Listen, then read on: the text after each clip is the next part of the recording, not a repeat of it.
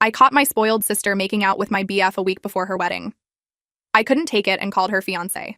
I thought he had ignored it, but he made a huge announcement on the wedding day. I, 28F, was in a difficult situation with my sister, 26F, and my boyfriend, 29M. My sister's wedding was coming up, and I noticed she was acting strange around my boyfriend. It wasn't anything obvious at first, just little things that made me uncomfortable. It started with small comments. My sister would say things like, "Wow, you're so funny," to my boyfriend's jokes, even when they weren't that great. She laughed a bit too hard at everything he said. I tried to brush it off at first, thinking maybe she was just being extra friendly because of the wedding excitement. But then I noticed more. She started finding reasons to touch him casually, a hand on his arm when talking or bumping into him accidentally when walking past. It was subtle, but it was there. I saw her eyes lingering on him a bit too long when he wasn't looking.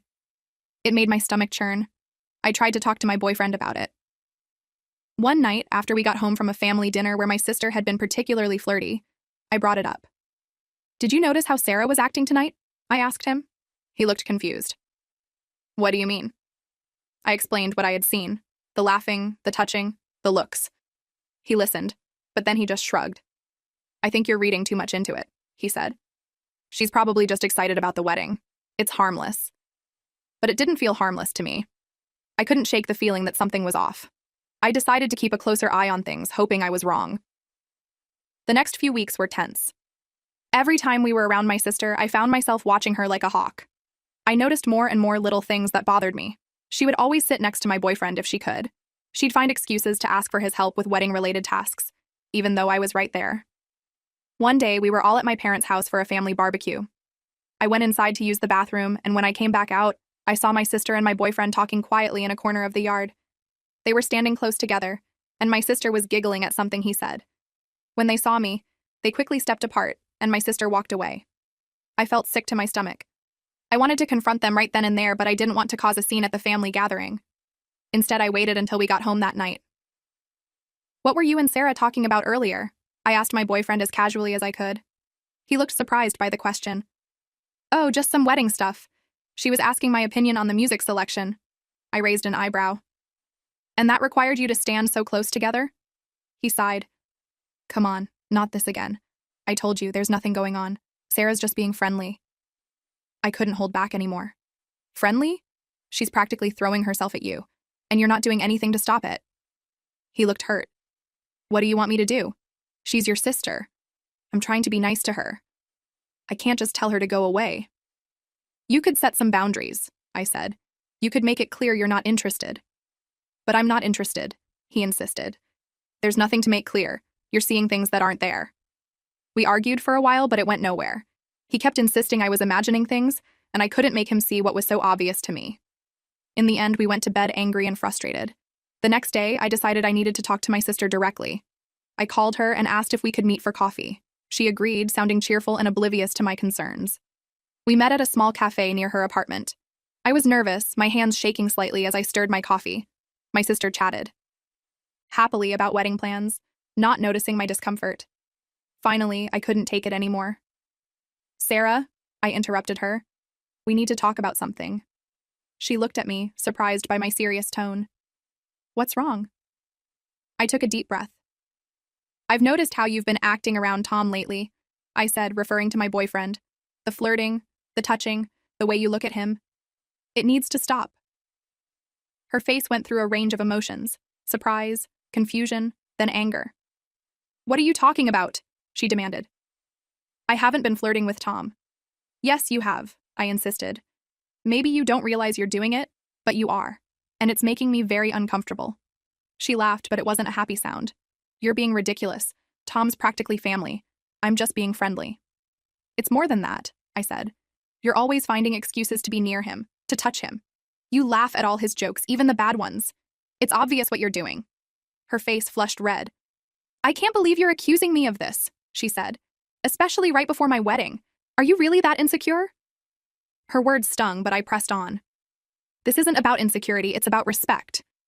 You're crossing a line and it needs to stop." She stood up abruptly, her chair scraping loudly against the floor.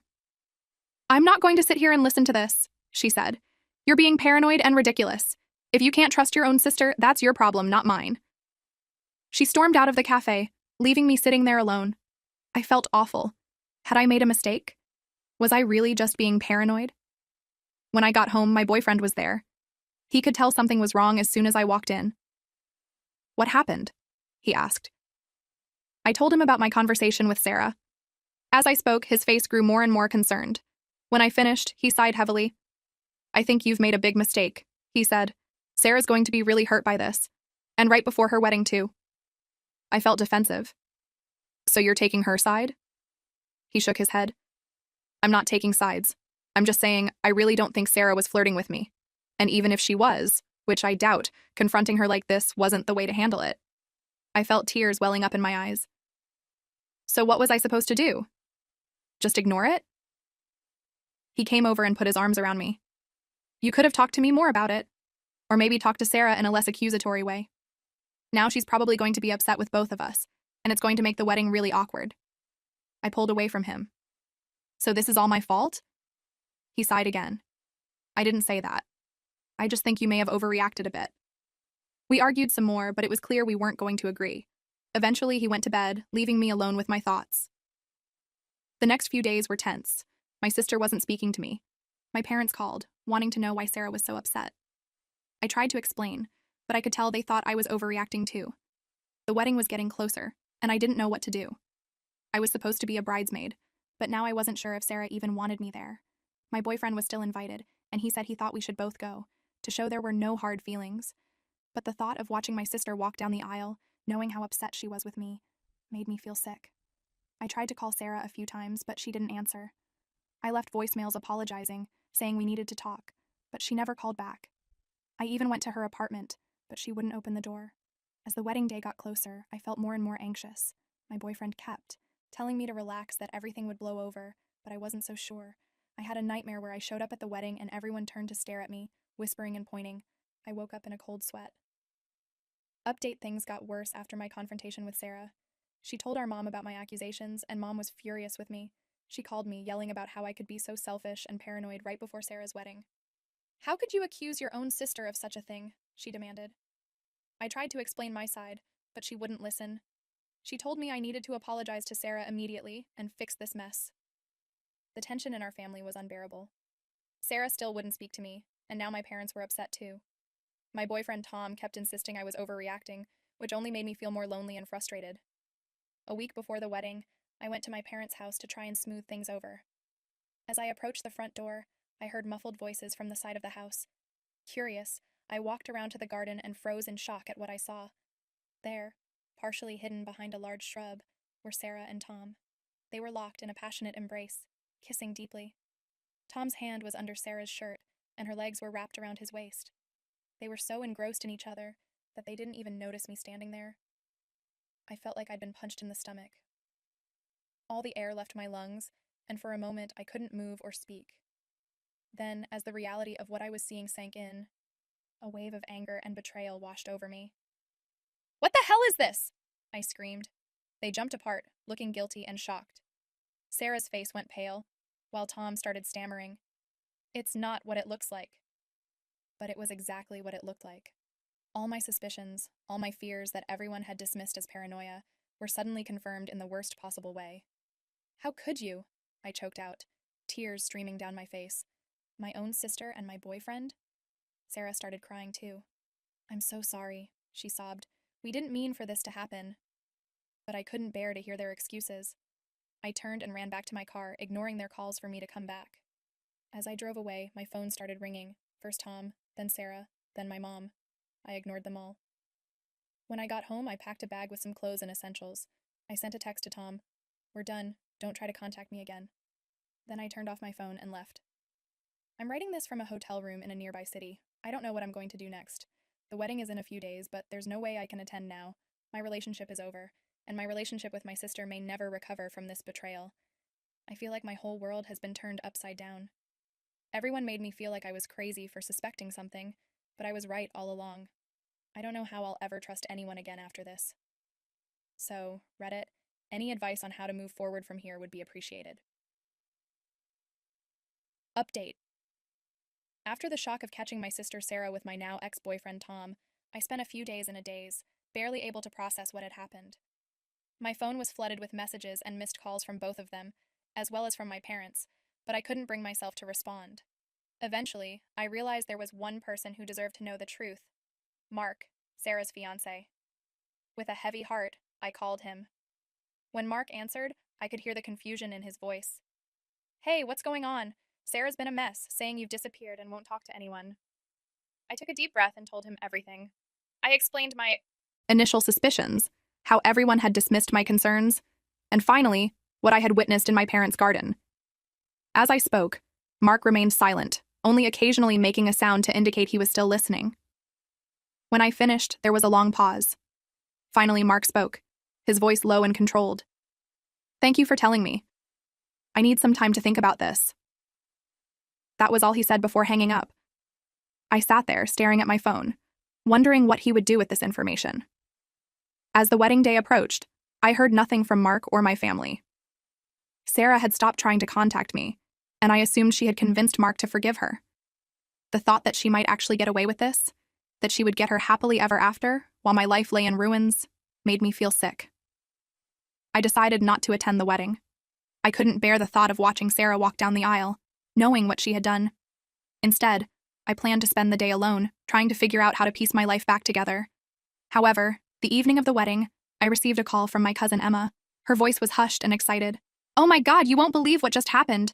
Confused, I asked her what she meant. Emma launched into her story. So everything seemed normal at first. Sarah looked beautiful in her dress, and Mark was standing at the altar. But when it came time for the vows, Mark stepped forward and said he had an announcement to make. My heart started racing as Emma continued. Mark told everyone that he couldn't go through with the wedding.